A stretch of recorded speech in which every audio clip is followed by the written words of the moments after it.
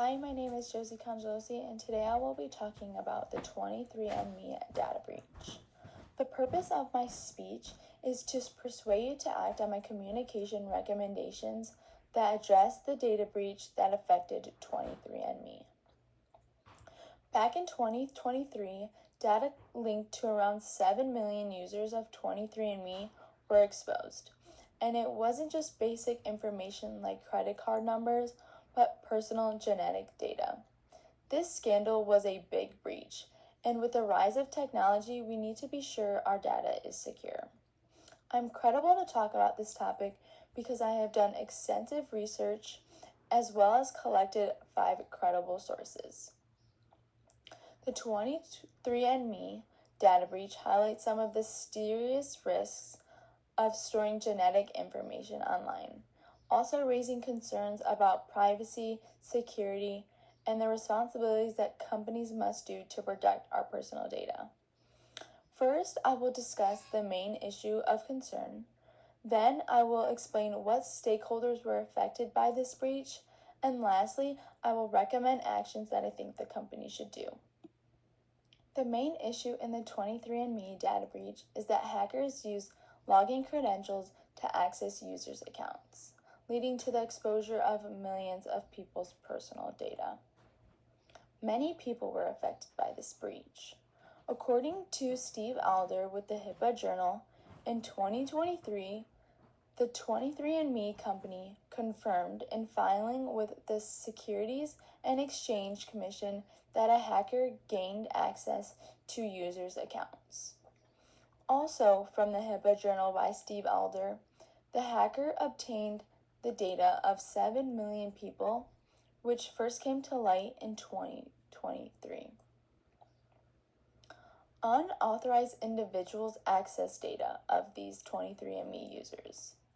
A cyber criminal posted online advertisements about the stolen personal information of 23andme users, according to Keller Rollback. Also, according to a case by Keller Rollback, in 2023, the data was compromised and contained information like names, genders, dates of birth, ancestors' birth location, family tree information, as well as profile pictures and genetic information. And due to this 23andme data breach, it led to the company to bankruptcy. According to Risk Strategies, no more than 18 months later after the cyber breach, 23andme filed for bankruptcy. But with bankruptcy on the line, this sparked more worries with individuals wondering where their information was going to go. The 23andme breach also affected multiple stakeholders, including customers, their family members, and the company itself, who all faced concerns about their privacy. Users' family members were affected by this data breach. According to Burns and Wilcox in 2023, hackers gained access to not only 0.1% of users' accounts, but they also had access to about 5.5 million DNA relative profiles. Linked to that percentage of accounts, there was also 1.4 million family trees that hackers were allowed to approach while in the users' accounts. This was also according to Burns and Wilcox in 2023. There was also major concerns about minority groups.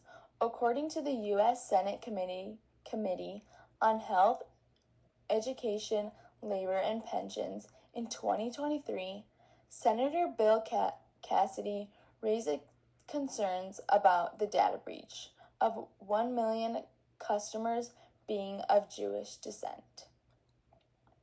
Cassidy was extremely worried that this information could be used by foreign governments and bad actors, that it could be used to discriminate these minority groups.